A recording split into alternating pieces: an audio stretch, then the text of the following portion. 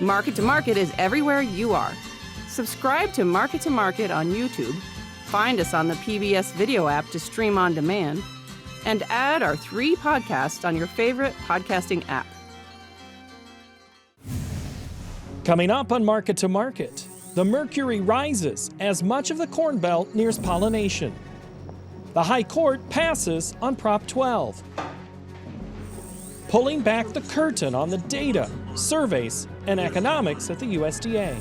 You bring speculators out of the market. And market analysis with Shawn Hackett next. What's the most complex industry on Earth? It's not genetics, or meteorology, or logistics. It's a business that involves them all. It's farming. Thank you, farmers, from Pioneer. Tomorrow. For over 100 years, we've worked to help our customers be ready for tomorrow. Trust in tomorrow. Information is available from a Grinnell Mutual agent today. This is the Friday, July 2 edition of Market to Market, the weekly journal of rural America. Hello, I'm Paul Yeager. This 4th of July holiday will look different with bigger crowds and leisure spots and more staff in places like amusement parks, hotels, and bars. U.S. businesses added 850,000 jobs in June, beating the 3-month average, as the service sector is filling jobs left empty by the pandemic. However, the unemployment rate rose less than 1/10 of a point to 5.9%, as the loss of jobs during the pandemic is still pulling on the economy. The pickup in jobs and foot traffic is pointing to potential growth in the next 6 months, according to Creighton University Mid-America Index. As the index pushed slightly higher, labor shortages and supply bottlenecks continue to drag on the expansion. Now, this summer holiday has a reputation for being a scorcher, and this year will be no different for many parts of North America. The heat is getting the blame for hundreds of deaths in British Columbia, Washington State, and Oregon. The record high temperatures and dry conditions have a ripple effect across the country. John Torpy reports.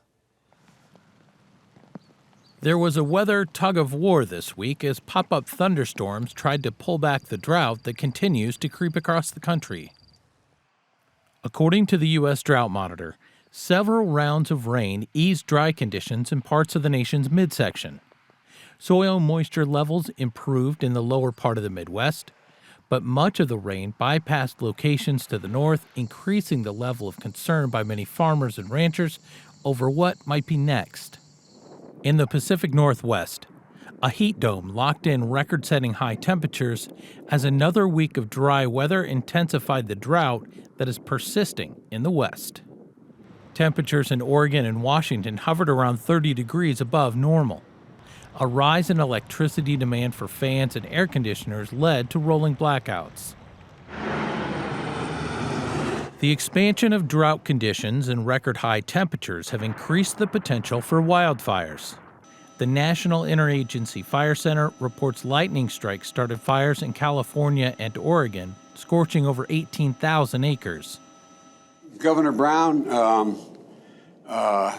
if you'd be willing, you could give us an overview of what the challenges are you Western governors are facing and what you think we should be doing and can do to help.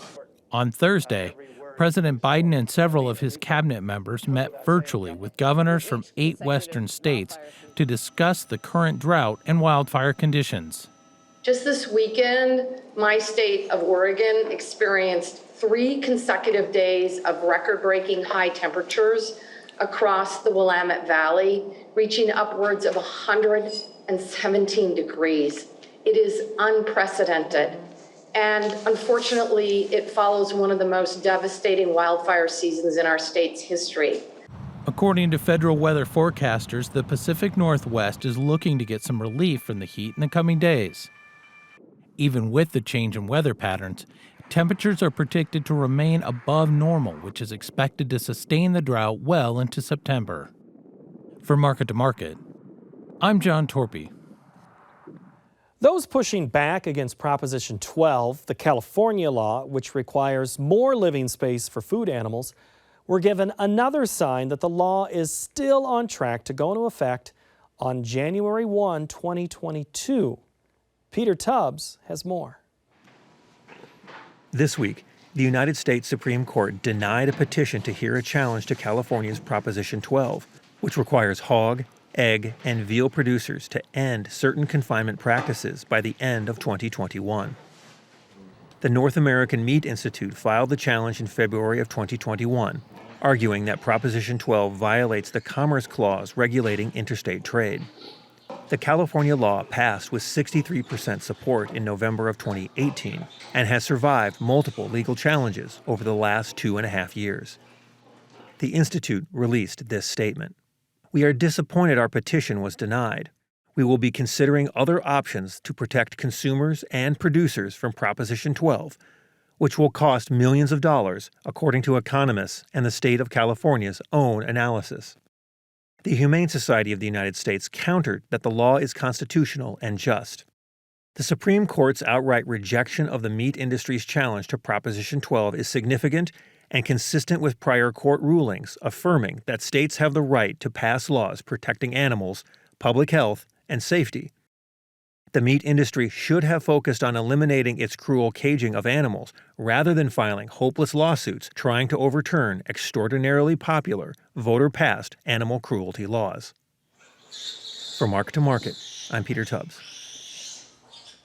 The goal for those compiling survey data for a USDA report like the WASDE or this week's NASS acreage report is to give a snapshot of what's impacting U.S. farmers at that moment in time.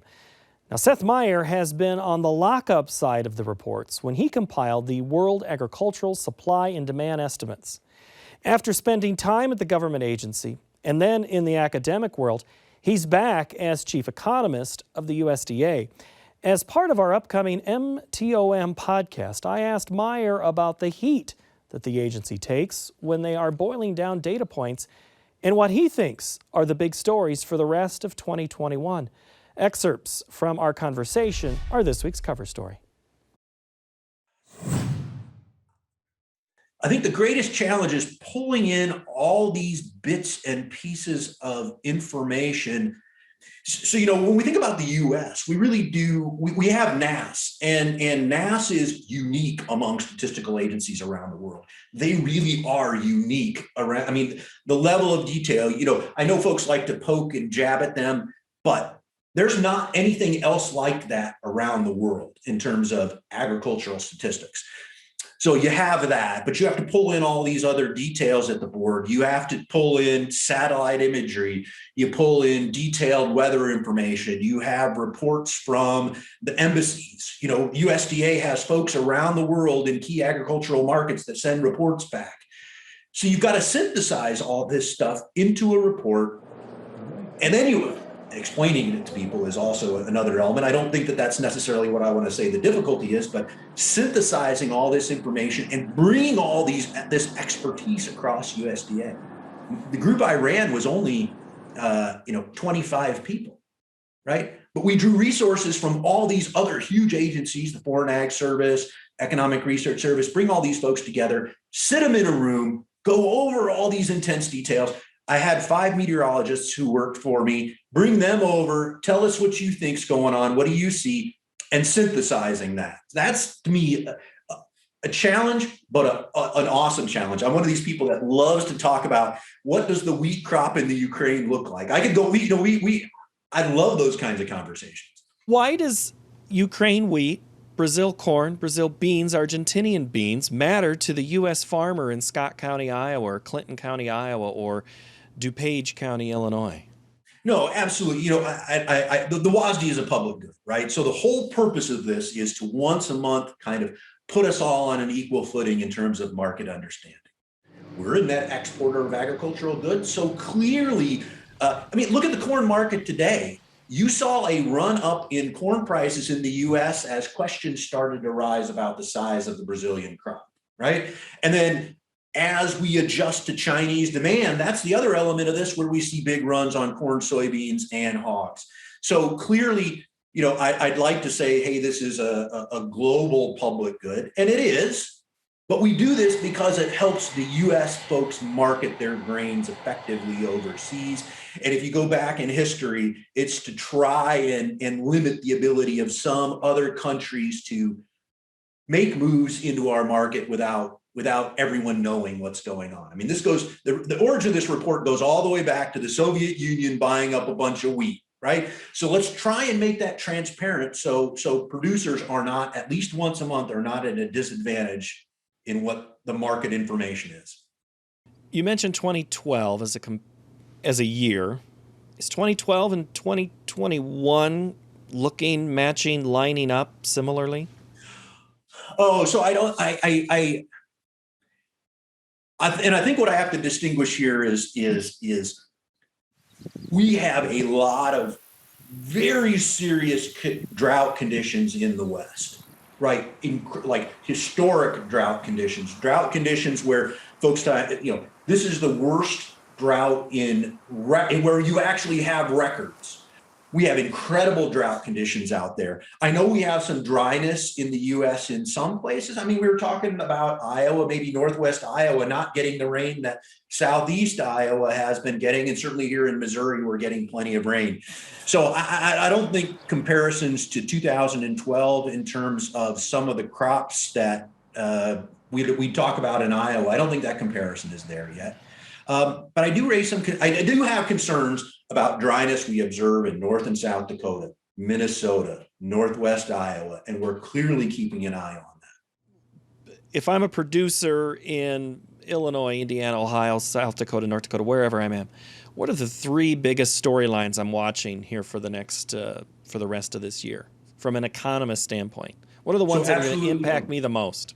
Okay, some things that nobody can do anything about, like weather. Obviously, that's one of the big elements here, right? And I don't mean just our own weather. I'll say our own weather. Obviously, that's the biggest short-term effect.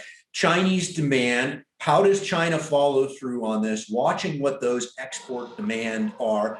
I think one of the big stories here is China's taken a whole bunch of the crops that an Iowan produce and livestock like hogs.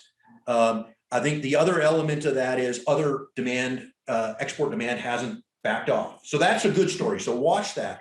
Second, ASF in China. If we had another outbreak, that might be very negative for your producers in Iowa, both from a corn and soybean export. We'll take off what's been pretty insensitive to the price demand. The Chinese seem to be buying it no matter what the price is. Is that two? Does that get me to two? You need one more. And then the third one, I think the third one I'm going to say is something that I think folks overestimate its importance in the short run. And that I'll say is biofuel policy, exactly where the EPA ends up here on some of this pending legislation. Do I think biofuel policy is important for Iowa grain producers? Absolutely, I do. Okay. I think in the short run, some of these actions, folks tend to take the short run actions as being more important to the market than long-term stability. And I don't know that we've had long-term stability for quite a while, right? So I think that folks absolutely need to take an interest in the short run, because those policy levers are important for the long run. It's not necessarily the bump you get this year. It's kind of that long run demand picture.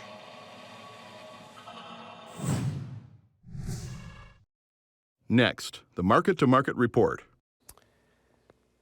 The excitement from a bullish acreage report faded at week's end as an appeals court vacated an EPA rule on selling E15 year-round.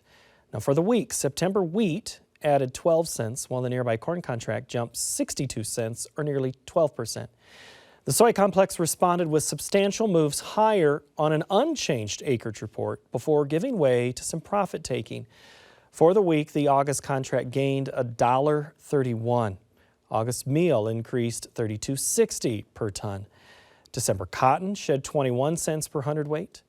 Over in the dairy parlor, August Class 3 milk futures added 11 cents.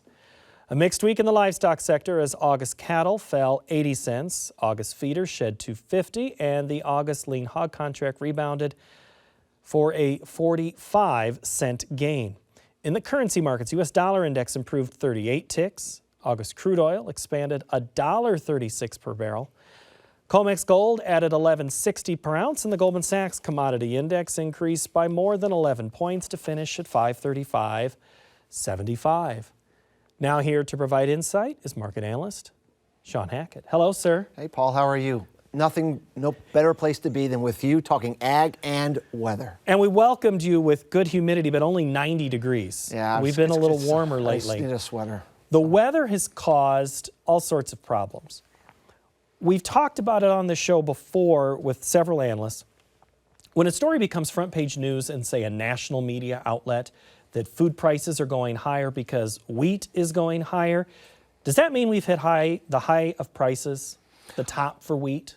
Oftentimes, that's the warning sign that the psychology of the market has priced it all in. We may disagree and think, well, it hasn't, but oftentimes when it gets to that level of awareness, that's when the market has priced it all in, and one has to be worried that maybe we are going to be shifting gears to something else, and it's always a thing to be looking at. Well, we're in the middle of harvest in the wheat belt right now. Bushels looking good if you can get it out. I mean, parts of Kansas are so wet they can't roll right now. Is that gonna have any impact? Well, anytime you really need a supply, I mean, right now feed wheat is in high demand around the world and in the U.S. because of the corn shortage, that if you can't get it out when you really need to and the market wants it, it just backs the system up and you look for, and we're beginning some bid in the price. It also hurts the quality of the crop. So we know the spring wheat crop is in trouble, high quality wheat. We know that there's a downgrade in the KC wheat crop. Low quality wheat is going to be in pretty good supply, but the shortage is in the higher quality part of the market. That's where you think the story has not been priced in yet. So what are we doing in wheat then to protect ourselves? Well, I mean, we really think that the spring wheat market is the best way to look at this, and that the KC wheat market will be a follower to that. But when we look at everything that we see, the worst crop ratings since 1988, and if we keep going the way we think we are, we may actually tie the crop ratings from 1988. That was a half a crop that year, 50% down from what was expected. I'm not forecasting that, we know that for sure, but the next 2 to 3 weeks, if we don't see a material change, we could be looking at something like that. And I don't think the market in the 8s has priced that in yet, despite some of the media talk about it. The big talk this week was USDA acreage report. We have been pointing at this June 30 thing for a long time. It's finally here, below the expectation. Market responded limit up on Wednesday. Was the response to Wednesday's report a bigger story to you, or what happened Thursday, Friday? I was not surprised that the market reacted that way. At a time that we already have very tight stocks, to lose that kind of acres in the expectation of the market justified that kind of a move. I'm really not surprised we pulled back. There's a trend with these reports. You go guns blazing when the report comes out, and then you have the buyer's remorse fade. We talked about this to our customers, that we would likely see a fade into the end of the week, especially ahead of a long weekend that's notorious for changes in trend when you get back from the 4th of July. So I just think it's just the way short-term trading operates and the short-term psychology of markets. I didn't exactly ask Ken's question, but I got real close. This one came in via Twitter. Ken in Michigan, corn limit up, post report, and then died the next day. Why? Anything different than what you just said? No, I mean, it's really the same thing. You get these short-termers rush in, and the minute they see loss of momentum, because they're only in it for short, then they just immediately sell out. And then once you clear that sentiment, you now can go back and trade something different again, and that's probably took place the last couple of days. On this December contract, are we trading weather from here on out? We are. For how long is the weather the biggest story on this trade? For corn, it's going to be into the end of July. When we look at the numbers, how quickly the crop was planted in a very short 2-week window, a very, very high percentage of the crop's going to pollinate between July 15th and August 1st this year than normal. So the bullseye is that last half of July. And if we're correct about our weather analysis from our algorithm, it says hot, dry is still in front of us for that period of time. The market needs to put more weather premium in than it already has. Can we put another 11% in this market next week or the week after? Or is this high in corn? If we have a hot, dry forecast for the Midwest, not just the Northwest, but if it moves more into the center of the country, and that we believe that is what's going to happen, it's hard to imagine that we have priced it all in. We think that we could go up considerably more, given that we lost a few million acres from what everybody thought. The way we look at it, Paul, is this. If we have a crop that's 175 yield with the acres we have, and you assume the demand being what it is, our carrots are about what they are today for next July. Right, but I saw someone's yield monitor on Twitter this afternoon that said, I dealt with a combined 4 inches of rain over 2 months in July and August last year. I got hit by a derecho. I got this, I got that. I still turned over 200 bushels per acre. We can grow a lot of corn. Look at the areas not dry right now. Those are some pretty good corn producing states. But last year's national average was still 172, despite it all. And the way we look at it, we're actually thinking, we believe the yield can be similar to last year.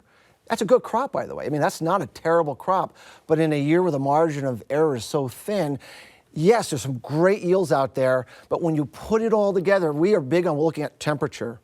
We were 3.3 degrees above normal in the month of June in the Corn Belt. The way this temperature model works and allowed us to make this forecast last year for 10 bushel per acre below trend from August is if you're 2 degrees above normal in June and 2 degrees above normal in July, you're not going to have an above trend line crop. You're going to have a below trend line crop. And the only thing moisture does is modulate, is it just a little bit below or a lot? Do we have any room for error in soybeans? Well, I think it's a similar situation. I'm a little more worried about the demand side on soybeans than I am about corn because we lost so much production from corn in Brazil. We lost 1 billion bushels of supply out of Brazil. But we had this massive, massive crop in Brazil for soybeans. And the African swine fever has reemerged in China. They liquidated the herd. Their prices crashed there.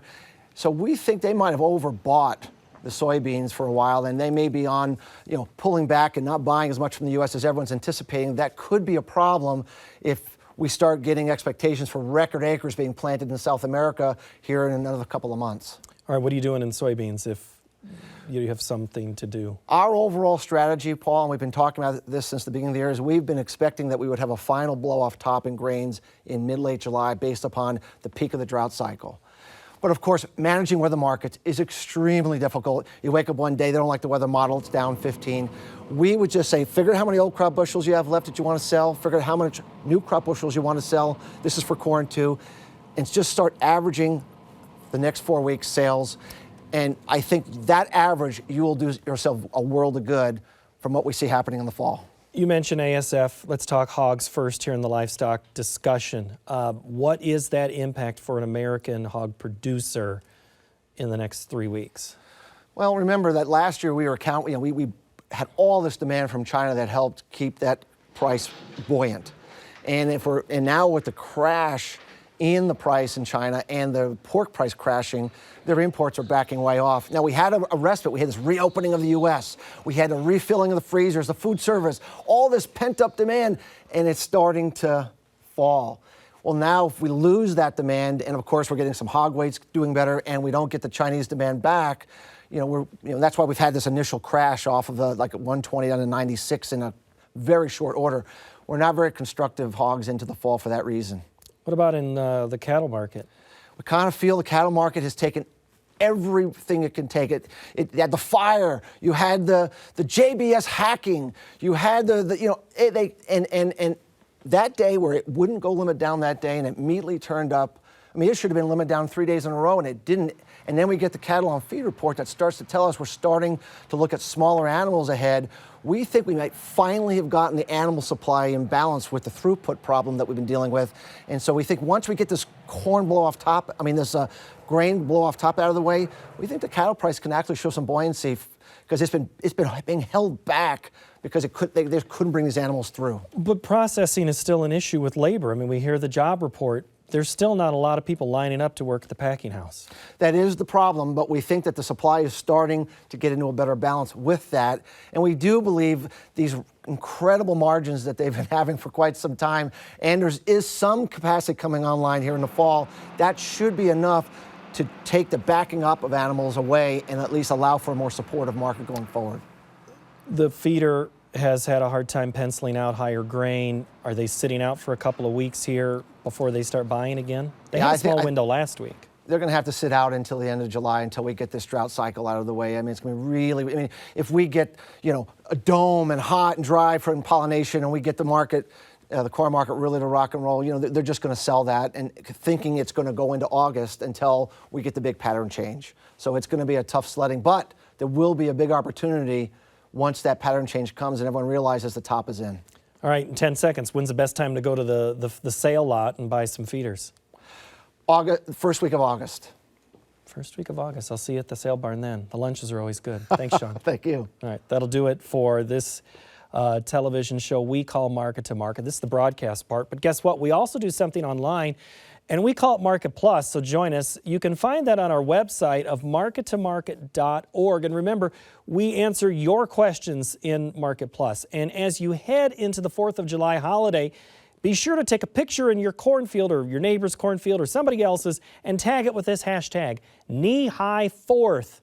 On Instagram. You can also tag us when you find us on our feed of Market to Market Show. We'll share as many as we can there at our feed of Market to Market Show. Next week, we see what's bringing rural, urban, and downstream parties together on nutrient reduction. Thank you so much for watching. Have a great week.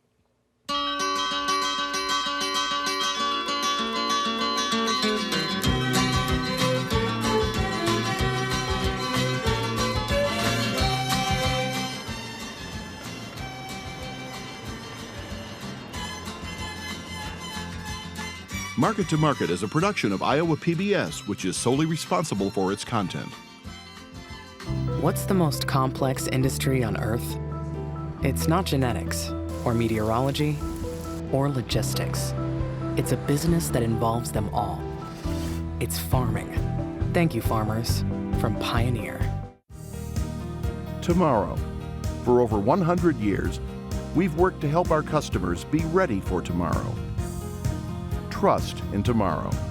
Information is available from a Grinnell Mutual agent today.